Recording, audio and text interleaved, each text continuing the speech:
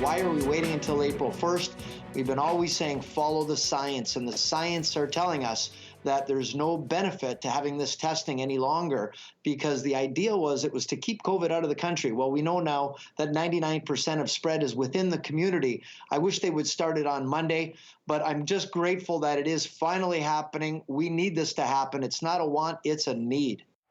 That was Niagara Falls Mayor Jim Diodati talking about what border town mayors have been calling for a very long time. CTV News has now learned as of April 1st, fully vaccinated travelers entering Canada by land, sea, or air will no longer need to show proof of a negative COVID-19 test. An official announcement is expected tomorrow. So will the travel industry see its biggest comeback this year? Let's get reaction from the travel and tourism industry tonight. Monette Pasher is the interim president of the Canadian Airports Council. Christopher Bloor is the president and CEO of the Tourism Industry Association of Ontario. And Laura Pallotta is VP of Sales for Canada with Marriott International. Thank you all for joining us tonight. Monette, this could be a game changer. I'm sure you're celebrating tonight. We'll start with your reaction. We are. We're eagerly awaiting tomorrow's news. This is very exciting for our airports and the travel industry. And Christopher, this is exactly what the Canadian Travel and Tourism Roundtable has been asking for. What does this mean to the industry and to travelers, their experience? Well, it means it gives us a chance as an industry to have a really good 2022. This isn't going to be the end of the story of our recovery. This isn't going to happen overnight. 2022 is about getting up to a good level of activity for our industry. 2023 and 2024 is more likely to be when we see a full recovery. But this gives us such a huge boost for an industry. After 2 years of restrictions, closures, testing at the borders, this is a real boost for our operators. And it's been great to be able to speak to so many of them today, positive about welcoming international visitors in much greater numbers in the coming weeks. Yeah, and those international visitors, especially those coming from the U.S., that is crucial for business here at home. Laura, people deciding not to fly, that means people not checking into hotels. I know your industry has been struggling for months now. Tell us about your losses. Well, it's been difficult, Lena. As you know, hotels have been among the hardest hit through this pandemic. It's been super, super tough, but you know, this pending announcement tomorrow is really a breath of fresh air. You know, as it relates to international and U.S. customers, about 25% of our business to our hotels across Canada comes from international, and most of that is from the United States. So this will really alleviate a lot of the stresses and strains about through that testing and be able to start to welcome those guests back to our hotels. For sure. That is a big number. Monette, I'm not sure if you could hear the mayor of Niagara Falls just before we came to you, Jim Diodati, asking the question, why are we waiting till April 1st? Why not make this change this month? How do you feel about the timing of this announcement? Yeah, I mean, we've been saying as an industry, we've been calling for removal of testing for some time now, and every week does matter. So I think he makes a valid point. But we are really grateful to know that it's April 1st, to have advance notice and be able to work towards that. So I think positive steps forward, and tomorrow will be a great day. Chris, the industry for a while now has argued that the testing requirement was never really backed by science. I know some infectious disease experts who would agree with that, saying that, you know, Omicron was already here, so there was no need for pre or post-arrival testing. The decision to wait until the spring before lifting this requirement, how much does this hurt the industry, small businesses, and the economy overall? I think it's undoubtedly, you know, held us back a little bit in this recovery period.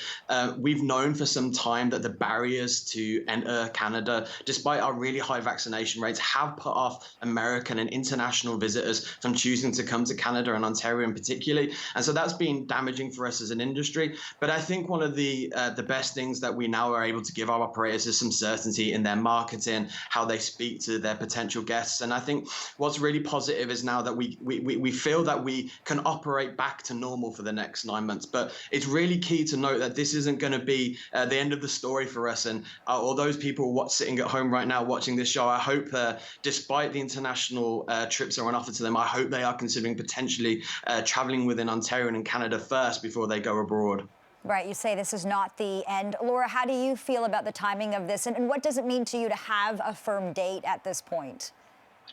Well, we depend, Lena, on predictability. It's important for us in order to, we need to plan. We need to market effectively our destinations.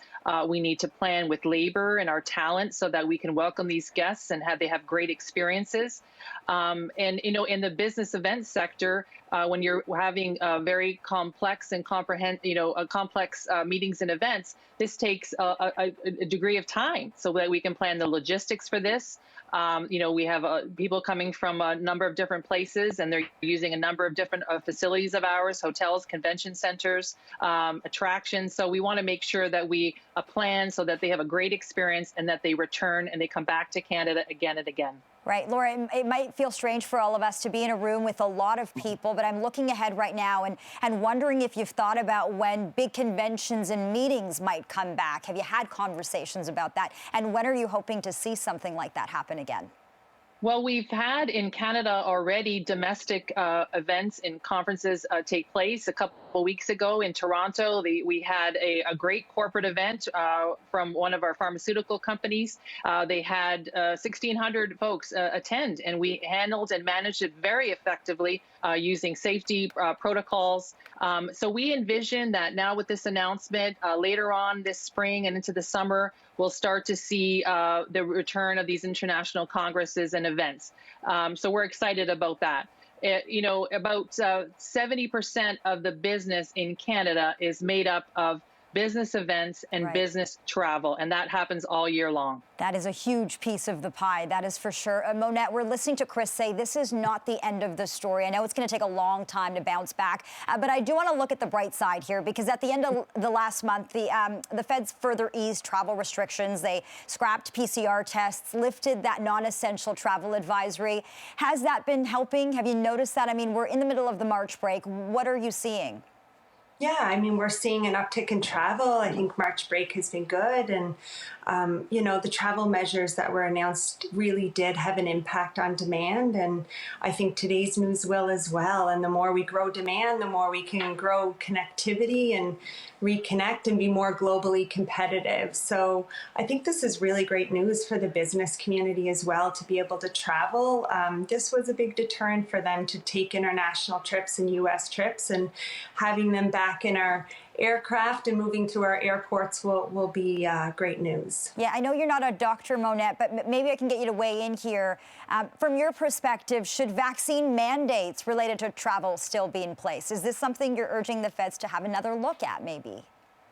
Yeah, I mean, our industry is federally regulated, as you know, and we're really following the science on this and the federal government's decisions in terms of vaccine mandates and mask mandates. So looking to them and their guidance on this and following the science moving forward. Chris, what do you think? Do we need vaccine mandates related to travel?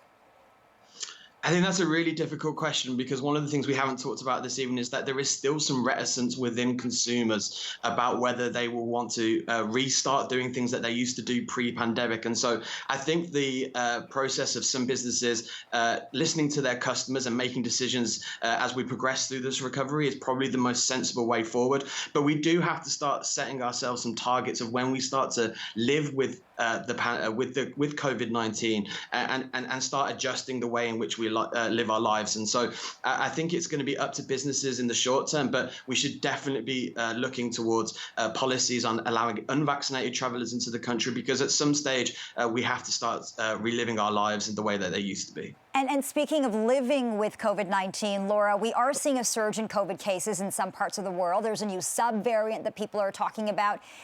If we do see a resurgence in cases, and I hope for your sake that doesn't happen, I hope for a lot of people's sake that doesn't happen, and as a result, if we do see more restrictions, where does that leave the travel industry? Can you afford any more restrictions?